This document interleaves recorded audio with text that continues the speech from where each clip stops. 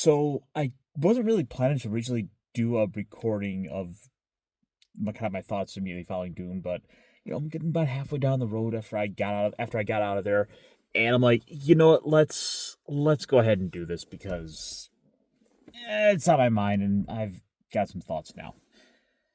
Uh, yeah, it was a pretty solid adaptation, I guess. You know, I I'm just kind of thinking to myself, what I think overall, and I'm like, I don't know, I'm just kind of ramble a little bit. So I might spoil some things. I'm gonna try not to. Uh, Pretty good, honestly. Couple of thoughts that me came to mind were, well, Dune, Arrakis, is a beautiful planet that we see from the deserts. It is desert porn galore, but you get a lot more of that in the first movie. That kind of fits with what they're going for here because you figure, the first movie is trying to endear us into the setting that we're learning to see the beauty of it, much like Paul is. And in this film, however, that innocence is gone. He's now living a life of a warrior, of one of these rebels trying to fight back against the Harkonnens that have gone and betrayed him and his family, that have gone and wiped out his father, tried to kill him, and it kind of works there. Uh, there was a couple moments where it seemed like it was kind of a going for it was getting to be kind of dry. Like we're certainly not getting any like the Marvel humor, which thank God it's not jokes every 5 minutes. You know, Denis Villeneuve, he knows what he's doing with this movie. I'm happy to see it was him, and yeah, it was good.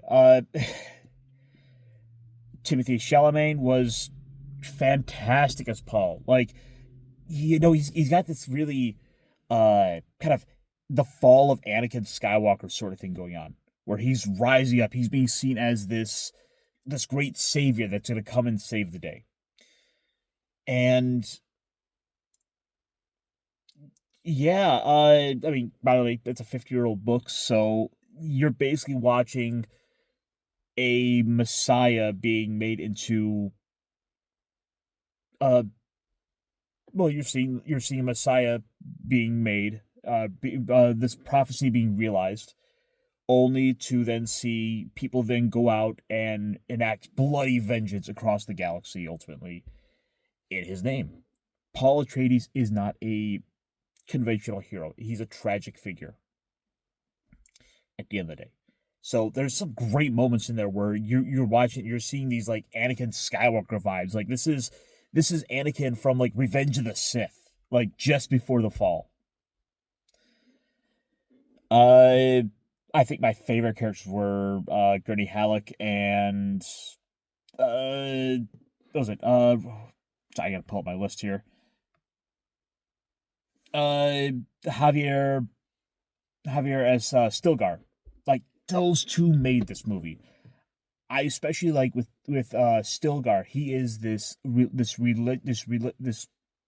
devout religious man who's seeing this prophecy, this faith that he's held and adhered to being fulfilled before his eyes. That this man he's believes could be their great savior that was prophesized is in fact him, and it's being fulfilled right before his eyes.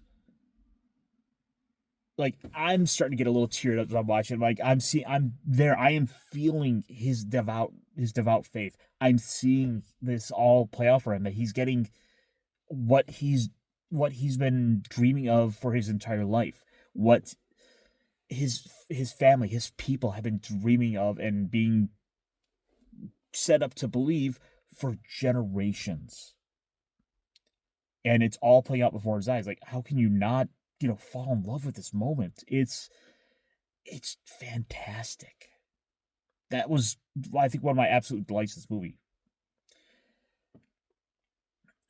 I think Lady Jessica is fine. You're getting to see this Reverend Mother going on to basically become the kind of new pope of the Fremen. That she is the devout, like, shaman matron that they all turn to for wisdom and guidance.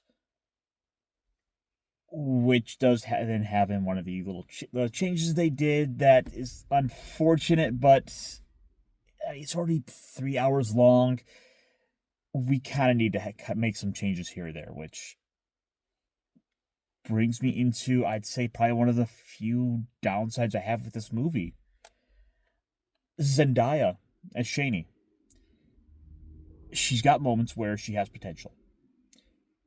When they're out in the desert and Shani is able to be a Fremen, she's an absolute delight. I can see why she's being set up, why she's supposed to be this woman that Paul falls in love with. But then it's like they bring in the little sprinkling of the modern day, it feels like, because whereas Shani in the novels is so devout and so passionately in love with Paul, she's willing to stand by his side no matter what. She will, in the novels, step back and let another woman be the official wife while she stands there as a concubine, as sort of this woman on the side who everyone will know is in fact the actual wife. But here it's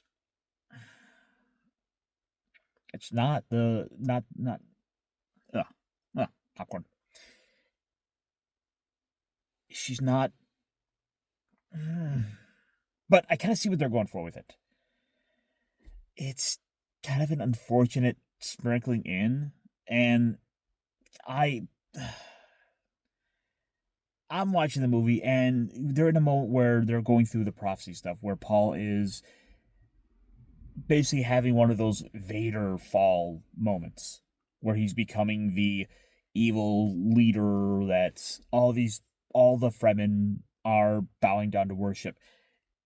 And then there's Zendaya there, just the fish-eye stare, and I'm like, ugh. She's not saying anything. I'm like, shut up. Ugh. She doesn't have to say anything, but I want to tell her to shut up anyway. So she's like the one big downside with the movie, and it's just frustrating. I want to like her. I said after the first movie, like, I thought she had potential there. After Spider-Man, I did not like her character being MJ. She kind of won me over with Dune Part 1. And then Dune Part 2 made me start to hate her. So I guess I'm not on board the Zendaya train, I guess. Whatever. It's Josh Brolin as Gurney Halleck is fantastic. Seeing him there was an absolute delight. I was so happy to see him back in the movie. Yeah, we got to see him play his instrument, and getting to be this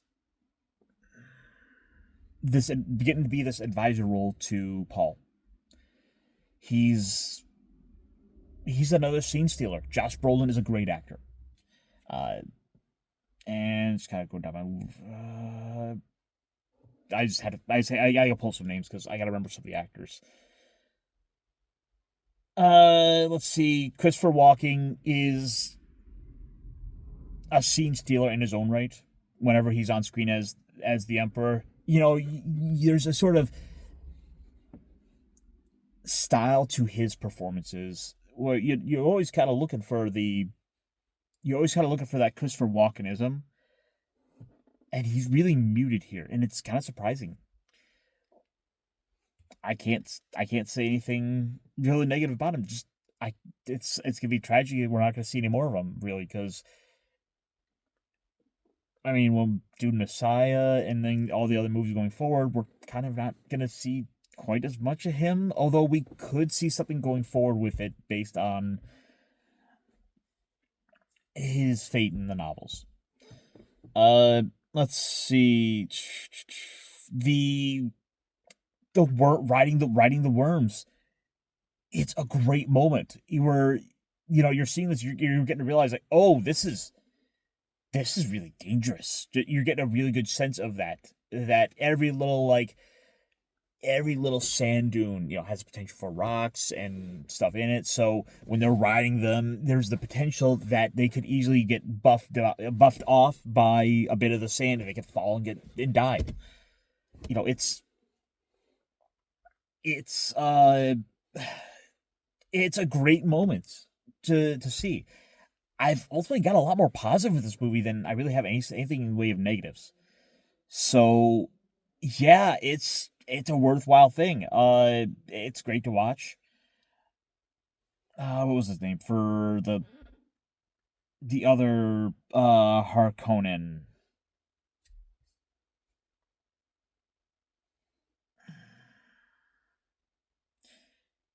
Uh anyway, the Raud I